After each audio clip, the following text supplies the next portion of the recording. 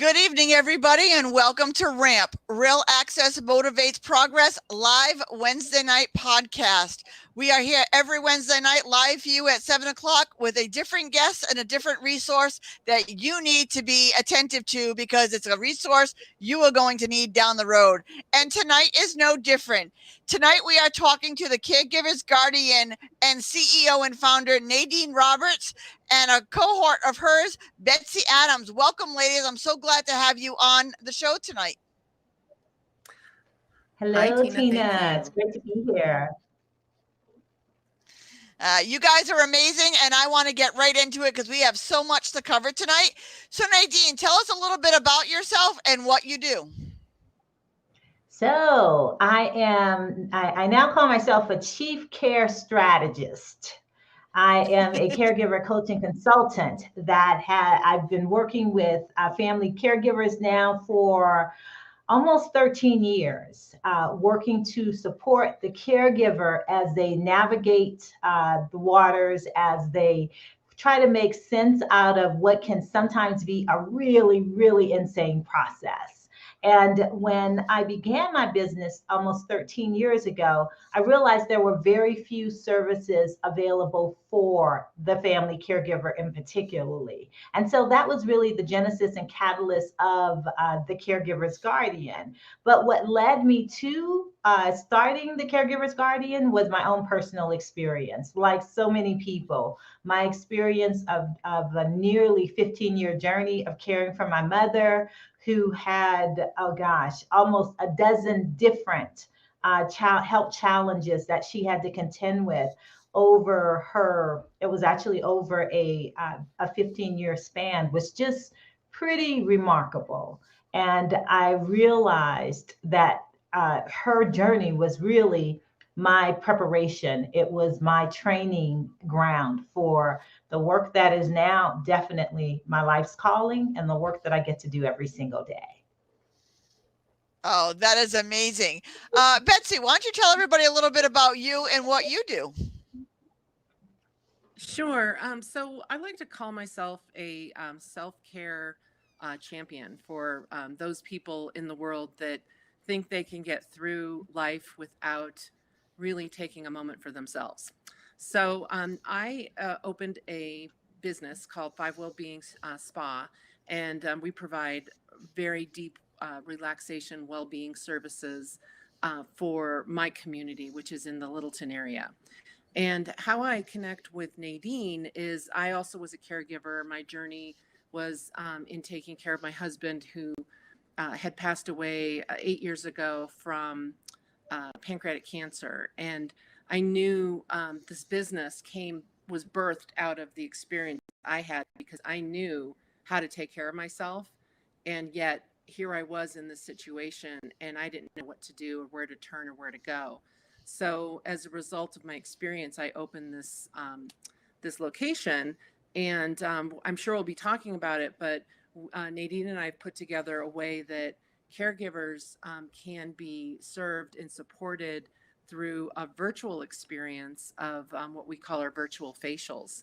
And it's proving that people feel really relaxed from these. So although I realize a lot of your listeners can't come to the spa unless they live here in Colorado, but we can bring the spa to you, and that's what we plan to do. So. Exactly. That's amazing. And that's a good thing about COVID is it taught everybody that we can connect with people across the country virtually and get the same experience. I mean, nothing is the same experience as getting a facial, one-on-one, but it's the second best thing that we can do for ourselves. And it's so important because caregivers, I think, found a safe place during COVID because they don't need to leave the loved one that they take care of, but they can still take care of themselves and connect and have support groups right from their computers in another room and still take that little bit of time for themselves to heal, because we can't take care of somebody else if we're not healing ourselves. And I like to say I'm a self-caregiver because I do a lot of my self-care myself, but I still need to mentally prepare to take care of myself, because I'll tell you, some of the things that we have to go through and we have to do, it's draining and it's when you're constantly thinking of, hospital things and, things that you have to do for yourself, it's draining. You need that time away to change the story, change the page in the book, and just clear your mind a little bit. So Nadine, tell us all a little bit about, I know November is Caregiver Month, and this is what we're preparing for the 10-10-30 campaign. So tell everybody a little bit about what the 10-10-30 campaign is all about and how they can get involved. I will, but first I want to acknowledge you because you taught me such a valuable lesson last year about the self-caregiver, the self-carer, that I have absolutely expanded my definition of caregiving to include the self-carer. So I thank you so much for that awareness, that enlightenment, and that insight into how expansive caregiving actually is. And so I appreciate you and I absolutely love you for that. So now, in answer to your question, the 10-10-30 campaign was born last year out of the pandemic, for real. It was a necessity to identify and actually do something for caregivers. Particularly at that time, there was a lot of attention, rightfully so, being given to all of our professional care providers. And that was necessary and it was essential. But what I felt was happening was we were forgetting the bedrock of our healthcare system. And that is the 60 million caregivers across the country who help keep our healthcare system afloat, because they do the essential work of caring for loved ones at home, supporting them in facilities, etc. And so in September, when we were realizing, okay, National Family Caregiver Month, November is just around the corner, we need to do something. And we need to do something that's gonna, garner some attention and help people stop and think about the caregivers in their world. And so we conceptualized the 10-10-30 campaign, 10 random acts of kindness, because no matter who you are, you can do a random act of kindness for a caregiver in your world, including the self-caregivers in your world.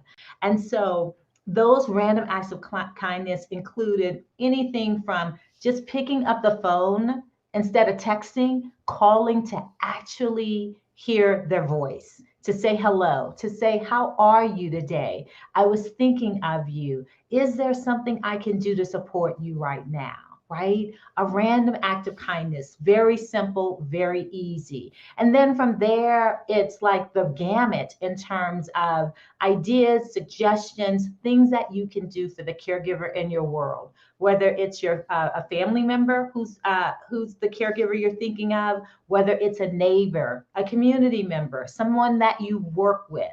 It's just important to remember them and remember that through a random act of kindness, you can easily positively impact someone's life.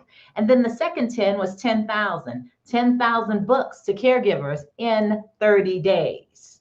So that was really interesting. And, we didn't hit our mark of 10,000 last year, but we came pretty doggone close, giving out more than 7,000 books to caregivers across the country. And making sure that they had inspiration, vital resources, and that they were thought of, that they had a tool that could serve as an important resource to them. And so that was really the birth of the 10-10-30 campaign. Tina, you definitely helped us. You were our East Coast connection. We also worked with organizations in Philadelphia and New Jersey as well, to ensure that, our tentacles were stretching out across the country. And I think the most exciting random act of kindness that we had was what Betsy mentioned earlier, our virtual spa treatments that were provided to caregivers across the country. And we had literally hundreds of people that signed up and were able to participate in the virtual spa parties and enjoy some pampering and some self-care love for themselves. In some instances, we had families who celebrated the caregivers, and so they had their own little mini family reunions with the virtual spa parties. We had groups and organizations that said, we're going to celebrate the caregivers in our organization. And they brought together 10, 20 of their members and did some loving self-care. That was absolutely amazing. The products are top notch. They are just the best that you can get in terms of quality skincare products. And the experience is,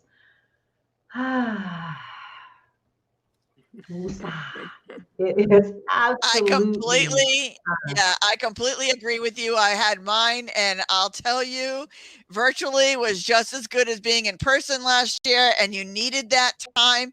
Betsy, tell us a little bit about what the spa day is and how somebody can get involved, or they can register one of their caregivers to make sure that they're being taken care of.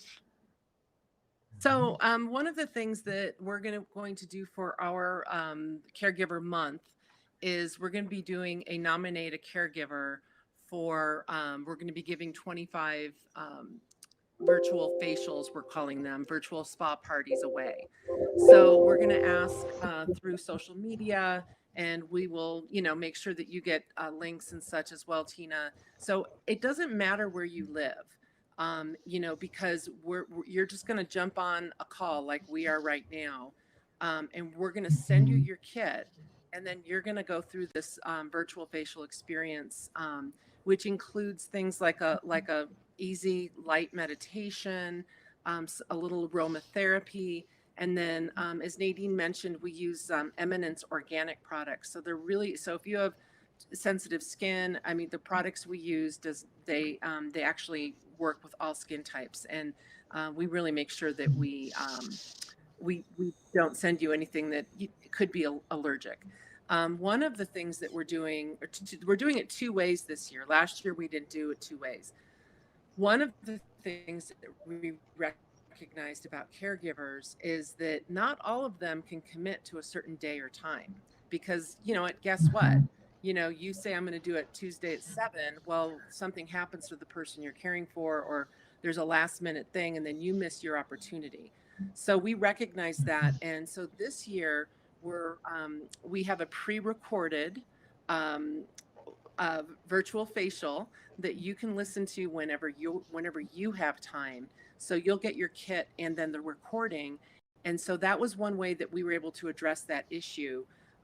It's always fun to be on a call with a bunch of people, but the reality is for caregivers is that it's very hard for them to commit to that time and day. So,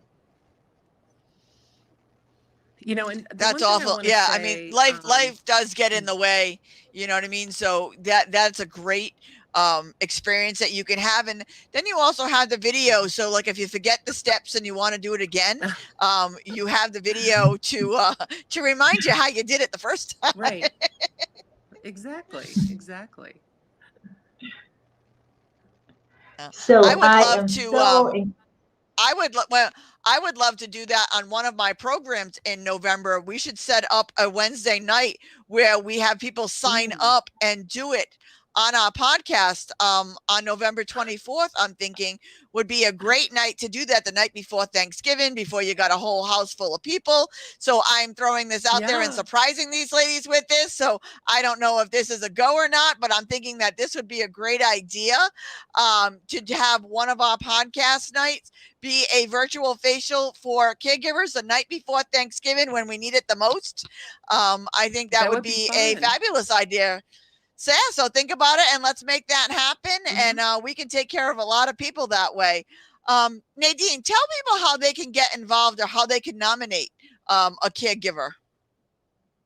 So we literally have, we have the link, 101030campaign.com. You can go to 101030campaign.com now and sign up, and you will get all of the information about all of the different things that we have happening throughout the month of November. And so Betsy literally conceptualized the the giveaway today. And so they are getting getting everything set up on the website, and we're going to be promoting that. And we're really excited about people across the country being able to nominate the caregiver in their world to participate in the virtual spa treatment and maybe some other goodies as well. So That is amazing. And the month of November, Mhm. Throughout the month of God, November, it is a variety of different activities that are going to be available, including this year, unlike last year, we're kicking off the month with a Calling All Caregivers dance party, virtual dance party. woohoo! So on Friday, November 5th, yes, you can sign up, participate in the dance party. It is 1 hour of nonstop moving, grooving, shaking your groove thing, having a good time, just releasing all that's there and enjoying some great music. And you get to request your favorite song as well when you sign up. So Tina, I'll make sure that you have that link so you're able to share that as well, because we want our self-caregivers on board with the caregivers dance party for sure.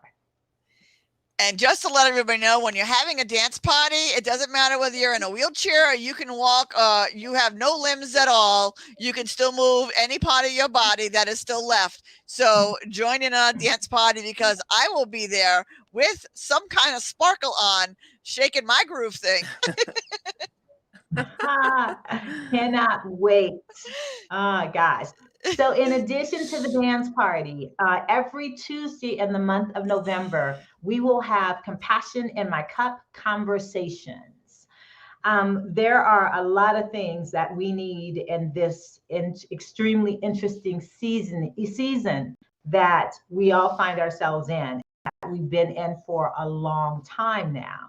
But compassion seems to be one of the things that we really need a lot more of.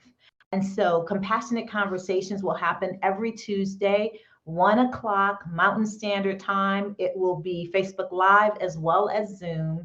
And you can check out the information and details. Again, Tina, you'll have access to the link and that information so that all of your audience that are interested in participating will be able to log in to participate in the calls, to ask questions, and to share experience around experiencing compassion and what that means and how that supports both the self-caregiver and the caregiver in these challenging times that we all find ourselves in.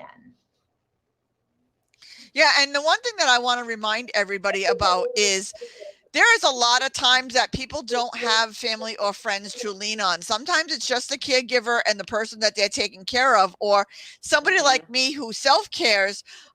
Yes, I do have family members who live with me, but they're out and about. They're first responders. They are out in the public, taking care of other people. So a lot of the times I'm home alone by myself. So these support groups and these facials that Betsy offers and stuff are very important, because it gives you that connection with the outside world, and it gives you that connection to meet others where they're at. And it also makes you not feel that you're going through this alone, that there are other people out there that are alone, that have nobody else there to help them, and that you can do all of this alone.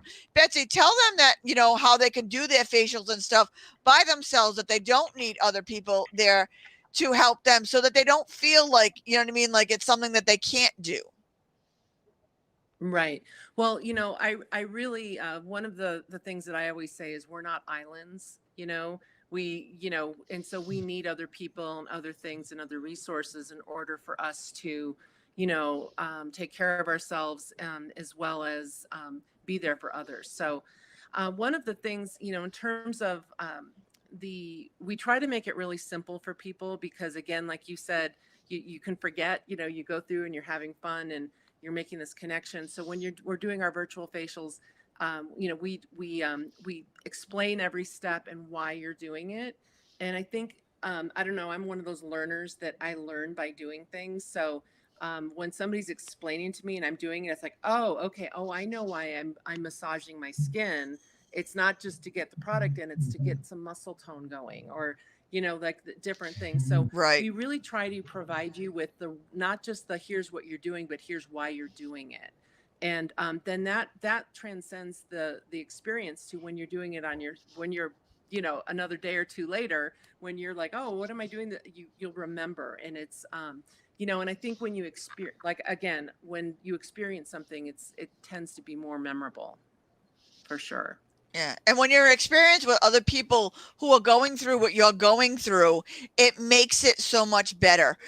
So make sure that Right. you are, experiencing it. If you see somebody that you see taking care of somebody every day, share the link with them. Go out of your way to make sure you write it down and give them the link. So when they go back home, that they're not alone and there's something that they can do. That could be a random act of kindness to reach out to a complete and total stranger that you see taking care of somebody, or a sick child, or an elderly parent, or just anybody, and hand them the link so that they can hear, because everybody needs to learn how to be a caregiver, because at some point in your life you are going to be a caregiver, whether it's temporary or permanently. You are going to be a caregiver down the road, and if you know how to take care of yourself, you know how to take care of others. Tell us a little bit more what's going to go on in November, Nadine. So we've got a number of companies and organizations that have joined the campaign, and some of them have some really neat things that they're doing within their organizations. We have one company that has ordered books, and the entire C-suite is writing letters and cards to the caregivers in their organization. They're the employees as well as clients, the clients that they know that are caregivers. So that was something that they did last year, and it went over so well. They were committed to doing the same this year. So that's one example of what's going on. We have another organization that they put together a volunteer group. It's actually a property management company in California, and they are literally taking a day. They've got a day set aside in November, a Saturday, where they are going to the caregivers' homes to literally do, small jobs around the home, run errands, and support the caregivers in a number of ways. So they're literally doing the signups as we speak now, so that they can make sure they've got the right people, the right handy people with the right tools assigned to go to the caregiver's home. And it's just really interesting to see how it's expanding and how people are really getting excited about supporting the caregivers in their world. We have a couple of churches that will be cooking and delivering meals to the caregivers within their church. So there is like no end to the ideas, to the concepts, to the imagination around how any organization, any group of people can collectively or independently support the caregivers in their world. And that's so true. And you don't need to, be part of one of these. You could do something for your own organization, but go on to the 101030campaign.com and post pictures or post what you're doing to give somebody else an idea of what they could be doing in their community. You don't need to be a big conglomerate or a big organization or a big company.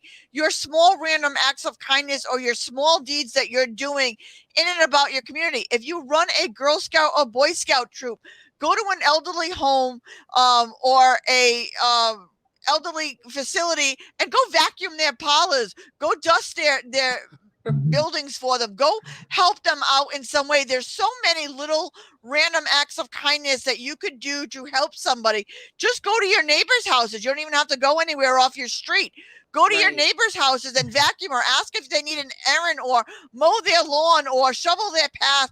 God forbid we get snow this early. We're not, but just in case, go do a random act of kindness and go meet somebody new, make a new connection, and just be there for your neighbors. There's so much that you can do. And Nadine writes some amazing books that we gave out at our Accessibility is Beautiful event. And I believe I have 6 of each books left. That's it, because those books, like as soon as I put them on the table, were gone. And I'm getting so much great feedback of how many people loved the books. Nadine, tell us a little bit about your books and why people should get these books and read them. Okay, so it's been exactly 5 years ago now that I published my first book, which is part of the Caregivers Gumbo series. Y'all, I'm from New Orleans. Gumbo is in my DNA. And so our Caregivers Gumbo series is a series of books, starting with the first, which is called Tears in My Gumbo, the Caregiver's Recipe for Resilience. So gumbo is one of the most complex dishes you can ever prepare. And it's also an amazing dish to enjoy, especially when it's done really right. And so Tears in My Gumbo was the analogy for me between the complexity of creating a pot of gumbo and the complexity of caring for a loved one. Yes, you can do it by yourself, but it's so much easier if when you're making that gumbo, you got somebody doing some of the chopping and the peeling while you're doing some of the creating of that roux. Same thing in the caregiving journey. You can do it by yourself, but if you got help, if you got a community of people who support you, your family members, your close friends who are supporting you in the process, the end result is so much better. And the journey is so much better for everyone involved. And so Tears in My Gumbo was the first book in the Caregivers Gumbo series. We celebrated 5 years of Tears in My Gumbo on October 12th. The second book was published last year, which is called Prayers in My Gumbo, the Caregiver's Recipe for peace. And Betsy is one of the contributing authors. We had caregivers from across the country submit prayers, poems, thoughts, musings around the caregiving journey and what brought them peace. And for some people, that was meditation. For others, it was spending time in nature. For others, it was dropping to their knees and praying. And so there's something for everyone in our collection of Prayers in My Gumbo. And right now, we are whipping up the next book, which is Recipes in My Gumbo. And that literally is a recipe book because I have been asked for 5 years to provide the recipe for my for my gumbo. And I decided that, you know what? Not only do I want caregivers to have my recipe, I want caregivers to have access to recipes across the country that's food for the soul for caregivers, right? And though the book certainly will be for everyone, the compilation of the 60 recipes that include entrees, the appetizers, desserts, of course, and soups. And somebody just insisted that we add a drink component to it as well, will be part of Recipes in My Gumbo. And I'm really excited to share that my dear friend and national award-winning chef, Lisa Givens of Gourmet Away. She was the 2018 National Personal Chef of the Year.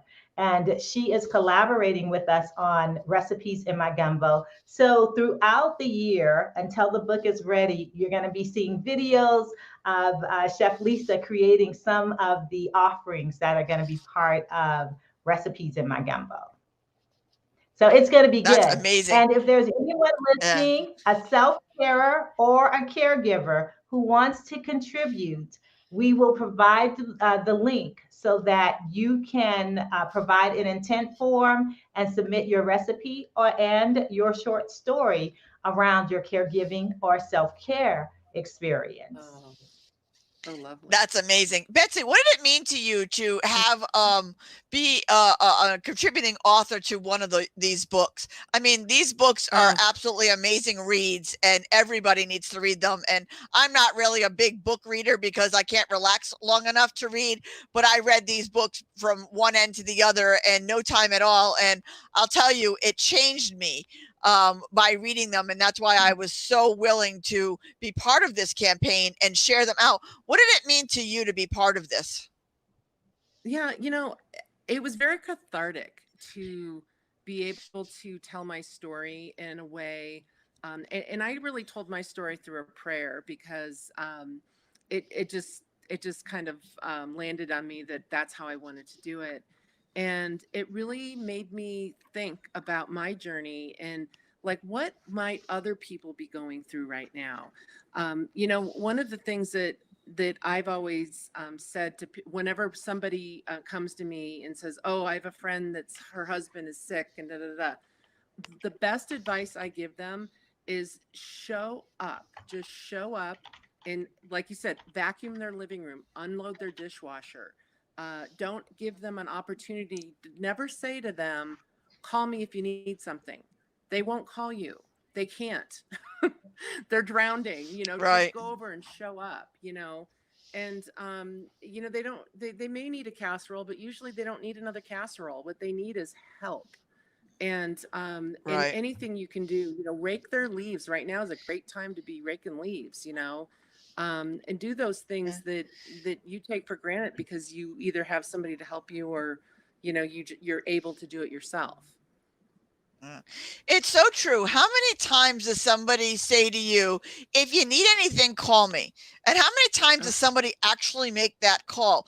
They don't, because you know Never. what? Most of the time, the caregiver doesn't know what they need. They don't know what to ask for. They don't know what they need. They're just so overwhelmed. Show up. Just show up. Go in their backyard and rake their leaves. I'm sure there is nobody on this planet that is going to say, please don't shovel my snow. Don't rake my leaves for me. Please don't do. Like, I don't believe there's anybody that is going to say that. Right. And like you said, Right. the last thing that they probably need is another casserole. But what they do need is you to show up and you just to come over and say, where's your vacuum? I'm just going to vacuum your house. Absolutely. I'm here to visit you, Absolutely. not the cleanliness of your house. Because I tell people, Right. if you're coming here to see the cleanliness of my house, don't come over, because you know what? Life gets in the way. I have 2 giant dogs. I am on my computer constantly with everything that I do. That sometimes there is a little extra dust, or I leave my back door open with a magnetic screen and it's windy, so I have more leaves in the doorway of my house in my kitchen than I actually do outside on my deck, because between the dogs and the wind, it ends up in my house. But just show up. Just show somebody that you're there, that you're present, and they're not alone. They may tell you, you know what, not right now. That's okay. Just know that you showed up and that you're there. And go back. And Right. go back. And they will appreciate that. They absolutely will appreciate that. I did that just last week for a very dear caregiver in my world. I called her Saturday morning and I said, hey, I actually was supposed to fly that day and my flight was canceled because I booked on a certain airline. And so my trip was canceled. So all of a sudden I had unexpected time on my hand. And though I can always work, I thought about the caregiver in my world. And so I called her and I said, hey, what do you have planned for later today, this evening? She said, absolutely nothing. I said, how would you and your husband like a date night tonight? And she was like, what? I was like, yeah, I've got some time. I'm going to come over. I'm going to stay with your mom and you guys go out.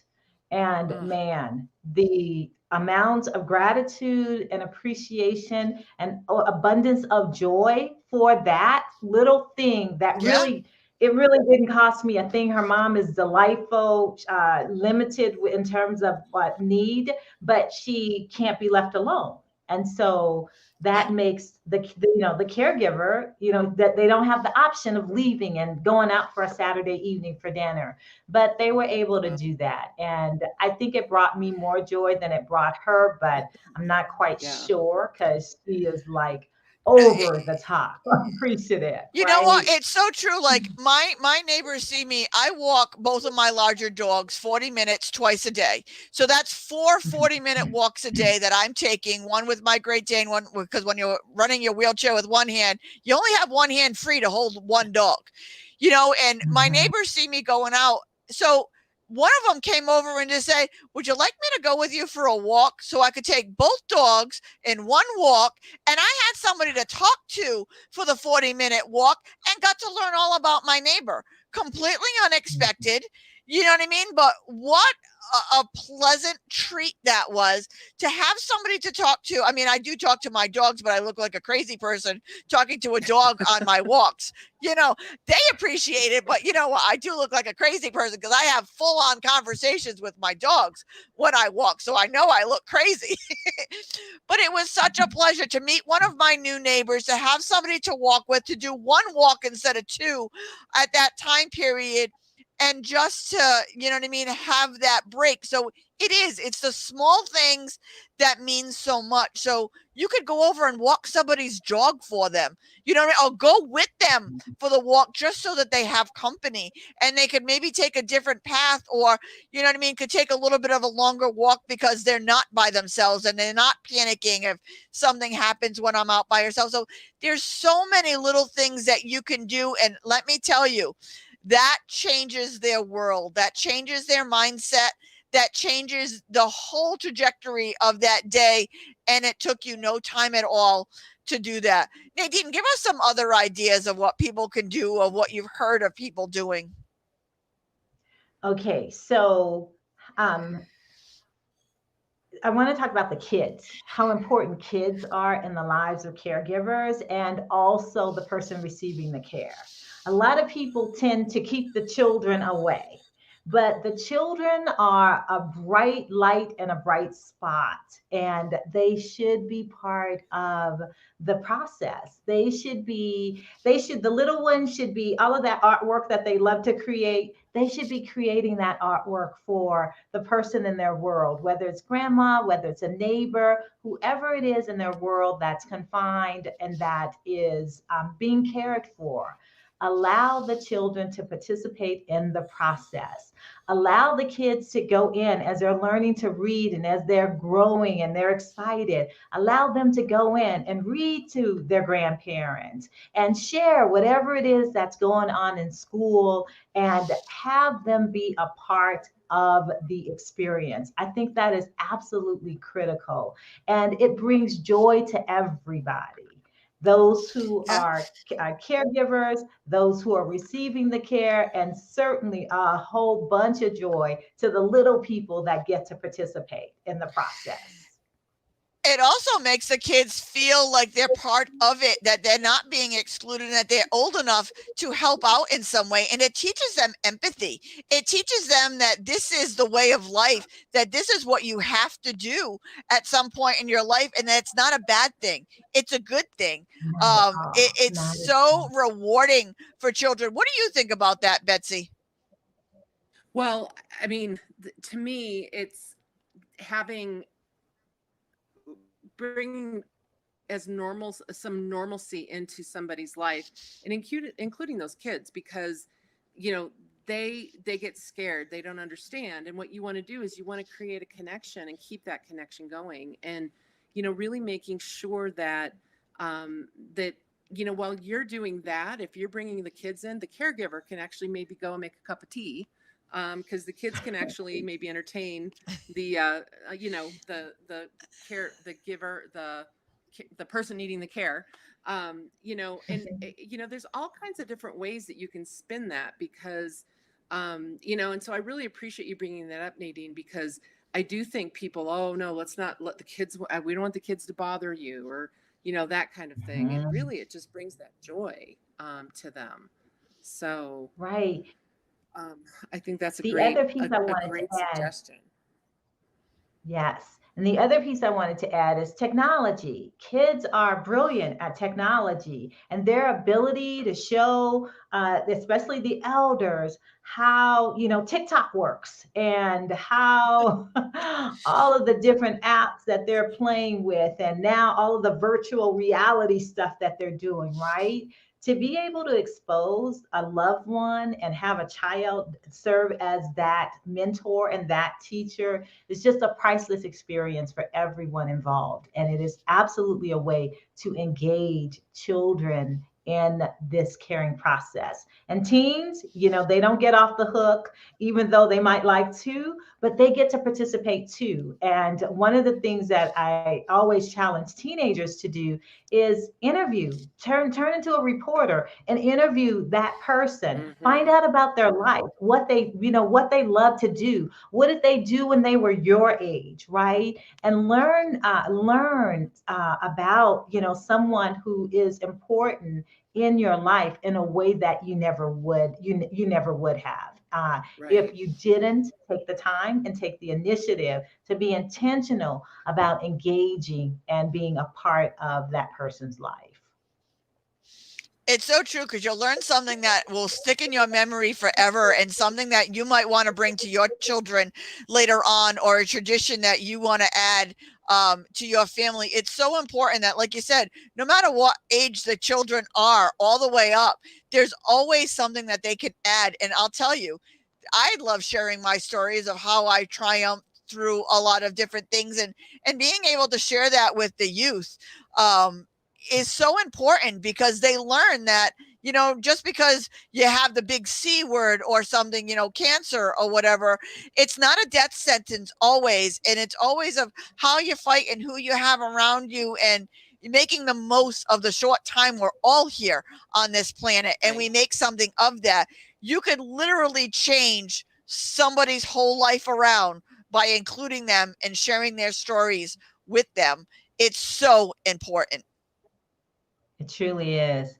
And Tina, over the year plus now that I've known you, the one thing that I so appreciate whenever I log onto your page, I listen to any of your interviews, is your optimism and your positive mental attitude about everything. And the fact that you are so encouraging all of the time. And most importantly, you are kind and you are compassionate, and you constantly remind other people to stop and be kind, to be compassionate. And that is the most important thing that we are here to do. And I so appreciate you and applaud you for that mission, because it's necessary, for real.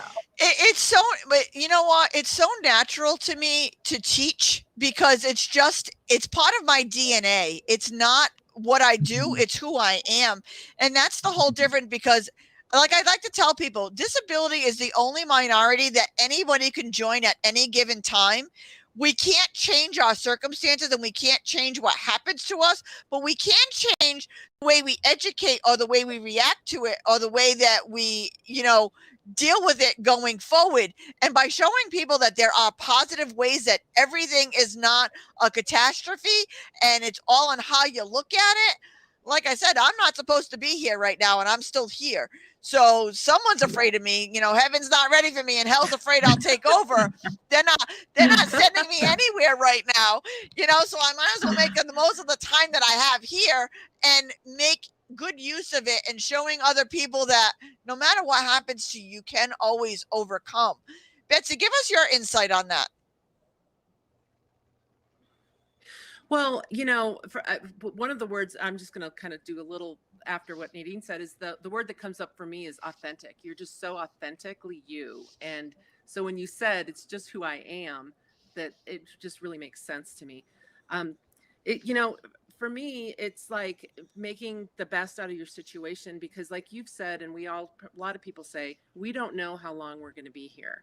And, it's important for us to acknowledge and appreciate and show gratitude, not only for our experiences, but what we have, but show gratitude for ourselves and for the people around us.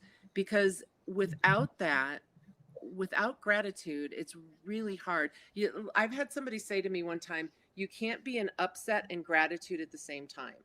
So it's impossible. So, the more times that you choose the gratitude, or that positive attitude, or whatever word you want to use, you can't be in upset at the same time, because there's only one place you can be. So that's Right. kind of my philosophy on it. That is amazing. Nadine, give us all of the links and let everybody know how they can contact you, how they can be part of this, and how they can make sure that their caregivers are part of this in the month of November.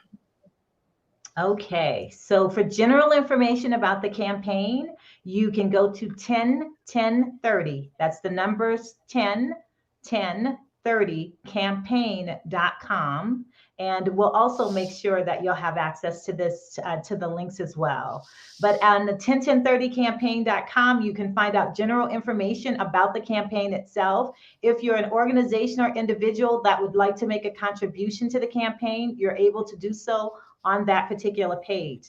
We also have the random acts of kindness. So when you click on 101030, you click one more time and you'll see the random acts of kindness link. And that's where you'll find all of the goodies, the suggestions around what are some of the random acts of kindness that you can take advantage of.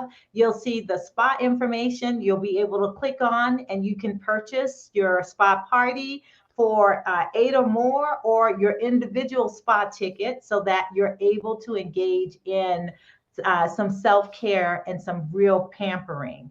Also, the books are listed on that page as well, so you're able to take advantage of that as well. Additionally, if you're interested in participating in the free weekly caregivers call that we do every Monday, 12 noon Mountain Standard Time, that's tcgcares.com. Click on that and click on calling all caregivers. You'll be able to register to participate in our free monthly, every Monday calls. And no matter where you are in the country, we welcome you. We are so happy to have caregivers from across the country that literally join us every single Monday. It is amazing. And if you missed all of that, you could just reach out to me and message me or go to my page, because all of these links will be on my page and shared throughout the month. Because like I said, since I met Nadine, we are kindred spirits. And I met Betsy. We just clicked and we worked together. We're going to work out on November 24th to put this on my podcast. We're going to make that happen at somehow, some way. We're going to figure that out. But you know me, I always make something happen. So we'll figure it out. But I will get you in contact with each one of these amazing ladies. But the most important thing is be kind, step out of your comfort zone, and help somebody else. Do not wait for that phone call. Do not tell them to call me when they're ready. Show up, be there, be available, be ready, and just do a random act of kindness.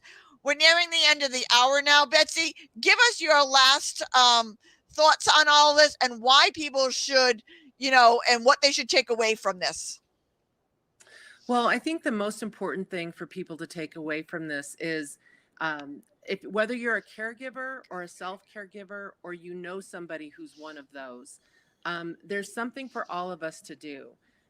There is some responsibility from as a caregiver to do your best to ask and to make it available, but at the same time, as my friends, like one of the things my friends would come over and do is they would fold my laundry and unload my dishwasher, and it was the best thing ever. So do those things for people. Think outside yourself. When this recipe book comes out, maybe offer to make a recipe a week for them or something, and bring something over to them, something that they may not have done for themselves. And it's just so important for me to say that, in my case, my husband passed, and it wasn't as long as, say, Nadine's caregiving experience. And the main thing is don't forget about him.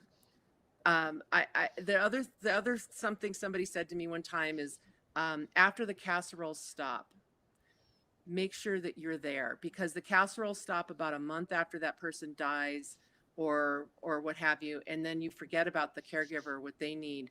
Be there for them months after, and don't forget about them. Maybe even put it on your calendar if you have to. But I really think it's important to not forget, even if it's in that moment of just send them a text. I'm thinking of you. That helps.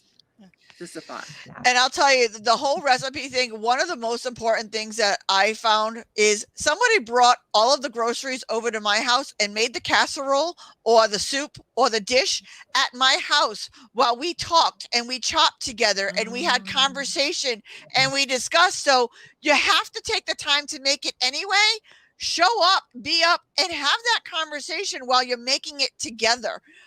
That's Nice. always an amazing thing. And then you can enjoy the meal together. And it's something that they will always remember and they will always forget. And it will be a meal that you shared together. Nadine, give us your final thoughts and what you think people should take away from this. So there are a number of final thoughts, but I'm going to hone in on the importance of self-care. So for the self-care caregiver, for the caregiver, the most important thing, as Tina said earlier, you can't take care of somebody else if you're not taking care of yourself. And throughout the month of November, everything that we do is a reminder of the importance of self-care. It's wonderful if there are people in your life who literally are going to answer the call and they're going to show up. But if they don't, we want you to make sure that you make you the priority, that you make sure you take time out for yourself, that you pick up the phone and you call and you ask for what it is that you need so that you can get what you need, so you can get the breaks, the respite that you need, so that you can rejuvenate and be ready for the next leg of the journey. Because without you being optimally where you need to be, we've got a problem. And we want you to be okay in this whole process. Yeah. And I love that Caregivers Month is the month of November because it's also the month of Thanksgiving. So give thanks to all of the people that took care of you from birth till now. Give thanks to all of the people that helped you get to where you are, because none of us got to where we are by ourselves. We can think we did, but we didn't. We are stronger together. We need each other. And Thanksgiving is not one day out of the year. Make it a whole month.